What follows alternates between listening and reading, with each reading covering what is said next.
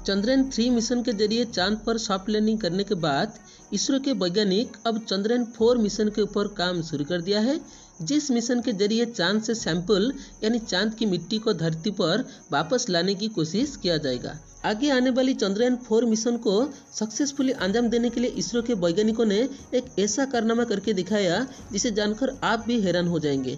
दरअसल चंद्रयान-3 में भेजी गई प्रोपल्शन मॉड्यूल को वापस धरती की ऑर्बिट में लाने में इसरो के वैज्ञानिक कामयाब रहे हैं। तो चलिए इस वीडियो में उसके बारे में विस्तार में जानते हैं। तो जुड़े रहिए बीए साइंटिस्ट के साथ। जैसे कि दोस्तों आपको पता होगा कि प्रोपल्शन मॉड्यूल में सेप यानी स्पेक्ट्रोपोलाइमेट्री ऑफ हैबिटेबल प्लैनेट अर्थ नामक एक उपकरण भेजा गया था, जिसका काम था कि धरती की लाइट सिग्नेचर को स्टडी करके जानकारी इकट्ठा करना और जिस जानकारी को बाद में हम लोग भविष्य में एलियन प्लैनेट को ढूंढने में इस्तेमाल करेंगे।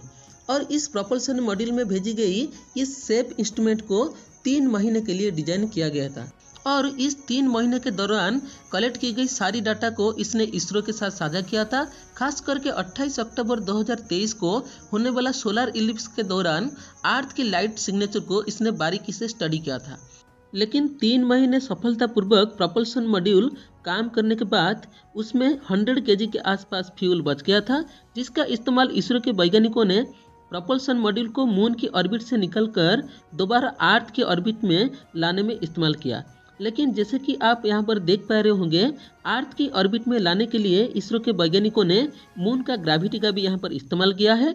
और यह पहली बार है कि इसरो के वैज्ञानिकों ने किसी इंटरप्लैनेटरी मिशन के जरिए किसी स्पेसक्राफ्ट को धरती में दोबारा लाए हैं, और वो भी किसी प्लैनेट की या किसी सेलेस्टियल बॉडी की ग्रेविटी का इस्तेमाल करके, जो कि हमें चंद्रयान-4 मिशन में वहां से सैंपल लिटर लाने में और भविष्य में ह्यूमन मिशंस को अंजाम देने में इस्तेमाल किया जाएगा। इस कारनामा को अंजाम देने के लिए इसरो के वैज्ञानिकों ने पेरिल्यून फायरिंग करके रिटर्न मैन्यूवर को परफॉर्म किया, जिसकी वजह से ये जो ग्रीन कलर की ऑर्बिट में प्रोपल्शन मॉड्यूल घूम रहा था, उसकी ऑर्बिट बढ़कर ये जो पिंक कलर की ऑर्बिट है वो उसमें तब्दील हो गया।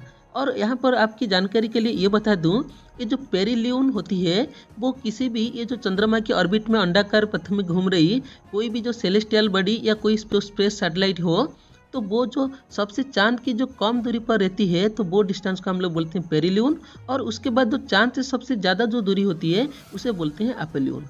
तो इसी तरह अगर हम लोग धरती की बात करें तो धरती के चारों ओर एक सैटेलाइट अंडाकार पथ में जब घूम रहा है तो सबसे जो कम दूरी होती है वो होती है पेरिजी, और जो सबसे बहुत ज़्यादा दूरी होती है तो वो होती है अपोजी।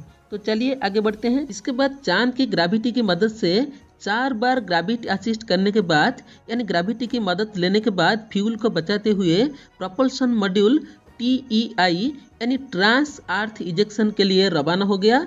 यहाँ पर यह जानना जरूरी है कि जब चंद्रयान-3 धरती को छोड़कर चांद की ओर रवाना हुआ था तो तब उसे कहा गया था ट्रांस लूनर इजेक्शन यानी TLI, लेकिन अब जब ये चांद को छोड़कर धरती की ओर रवाना हो रहा है तो अब इसे कहा जाएगा TEI यानी ट्रांस अर्थ इजेक्शन। और इसी ट्रांस अर्थ इजेक्शन के लिए इसरो के वैज्ञानिकों ने न्यू फ्लाइट सॉफ्टवेयर सिस्टम को डेवलप किया, जो कि ये इसरो के वैज्ञानिकों द्वारा पहली बार किया गया था। और इस प्रोपल्शन मॉड्यूल की TEI को 13 अक्टूबर को सक्सेसफुली अंजाम दिया गया।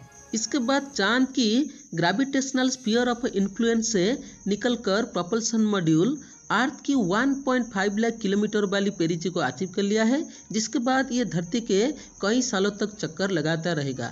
और इसरो के वैज्ञानिकों के द्वारा यह भी बताया गया है कि इस ऑर्बिट में घूम रहे प्रोपल्शन मॉड्यूल अर्थ की कोई भी सैटेलाइट के साथ टकराने का कोई खतरा नहीं है। तो उम्मीद करता हूँ आपको जानकारी अच्छी लगी होगी। ऐसे ही साइंस और टेक्नोलॉजी रिलेटेड वीडियो के लिए बीए साइंटिस्ट चैनल को सब्सक्राइब कीजिए। See you in the next video.